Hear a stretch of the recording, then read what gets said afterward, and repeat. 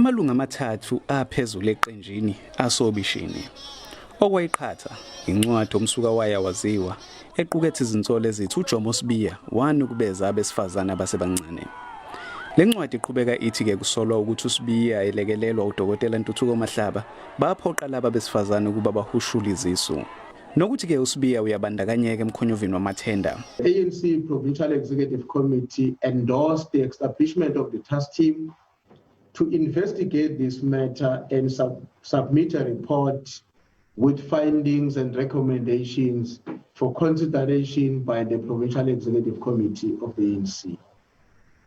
Leli qembu libuye lethula ke umkhulumeli walo omusha esifundazweni njengoba ke ngasekuqaleni kwephezulu kwadlula emhlabeni uRicardo Mthembu ethathwa umbulalazwe iCovid-19.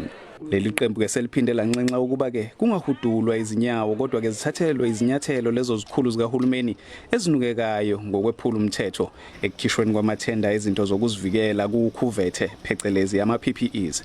NginguNtando Mnyandu wezindaba zeSABC eThekwini.